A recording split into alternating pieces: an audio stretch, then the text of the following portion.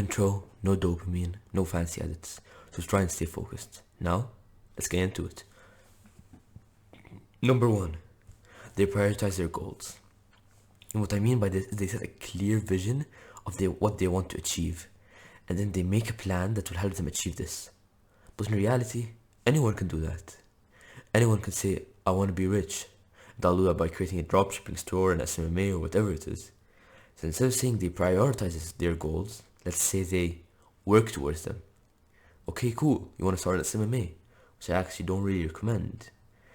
But still, you want to start an SMMA, then why haven't you done it? Why are you holding back? Is there a reason? Or are you just lazy? Ask yourself that, and 9 out of 10 times, it will be the truth. It will be the fact that you're lazy. And that will just be it.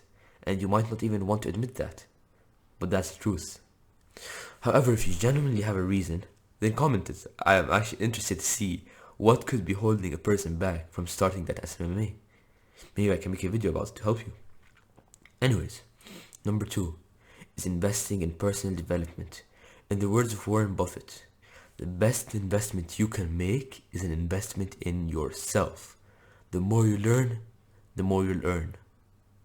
You can invest in yourself by reading, watching videos, buying courses, or getting mentored. I actually have a full video on investing in yourself. The link will be in the description.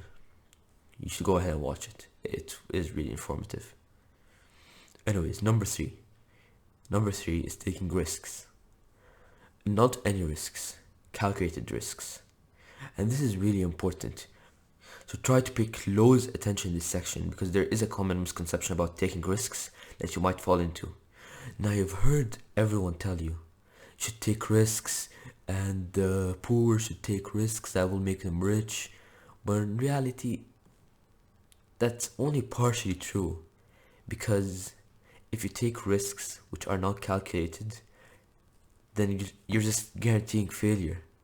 And yeah, some people might get lucky. I don't really believe in luck, but I'm just gonna use the term lucky to say that some people get lucky and they take a risk without even calculating its benefits, its disbenefits, the chances of them happening, and they just make it somehow. They get that 1% chance of the thing actually working, and it works for them. But that's not the way to go about it. Before you take a risk, before you invest $1,000 into ad spend for a dropshipping store, which might not work out, while your startup capital, the whole of it is $1,000. That's all you got.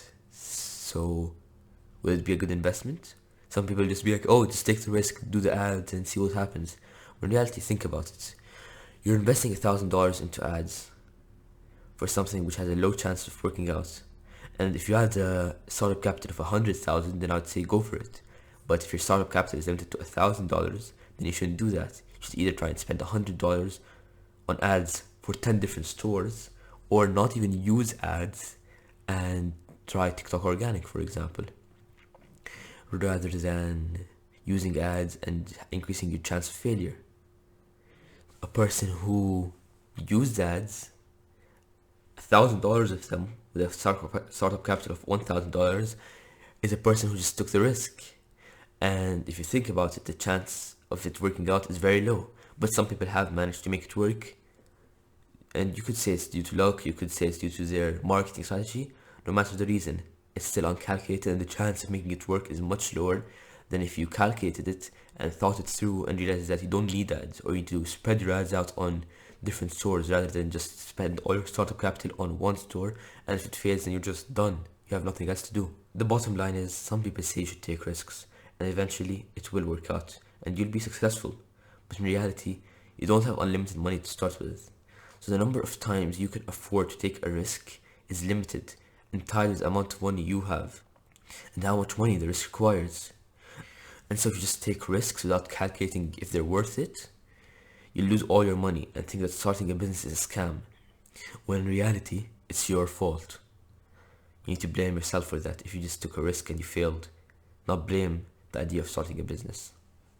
A method I like to use for calculating the risk factor is finding the advantages and disadvantages of a certain investment or business and seeing which outweighs the other. So I write down a list of 5 advantages and a list of 5 disadvantages, and I have to find 5 for each. And trust me, the fifth one will be very difficult to find for both of them, but you need to find 5. Then after that, weigh each of them on their importance on a scale of 1 to 10. How important is advantage? How important is disadvantage? How much will it affect the business? And then add up all of the score of all of the advantages, and add up the score of all the disadvantages, and see which one has a greater score. If the advantages have a greater score by around a margin of 10 or greater, then you should go ahead and start the business. Now moving on to the fourth habit, which is prioritizing health. And you've heard the cliche many times about how health is really important and the importance of health, but I don't think you can comprehend just how important having good health is. You could lie to yourself and say that the most important thing for you is health. But in reality, as a young man, you don't really feel the need to think about your health. Often when in reality, having bad health, whether it be mental or physical, really decreases your work output, as you'd feel so tired and unwilling to work that you wouldn't accomplish anything. So, take care of your health. I have a video about investing in yourself, the same one in the description, which talks more in detail about health. So you should go and watch that again. And last but not least, they have multiple sources of income. And this is not me telling you to start 10 businesses at once and then be surprised that none of them worked out and that you blew all your money. You start with one business model. After you've done lots of research about it, you've taken calculated risks, and then you grow that business into a successful income stream. When it started making you money in a passive way, well, nothing is really passive, but it should be 8 to 99% passive. You go on to start a new business venture, but never, and I mean never, to try to start up 2 businesses from the ground at the same time, especially on your own. Again, this is not me trying to advocate passive income. In reality, I'm actually against passive income. I think active income is actually much better, and it keeps your sense of purpose, as well as it makes more money. It's that simple. But active income is basically working for your money. But after you've made an income stream, you usually don't have to work actively anymore for it. It becomes 80 to 99% passive. So that's when you start a new second business. After the first business has already become passive, the second business will become your active income source until you build it up into becoming passive. And then you'll start a third business, which is going to be your active income source until you build up to be passive, and so on and so forth. It's that simple. Thanks for watching, and remember, don't give up no matter what.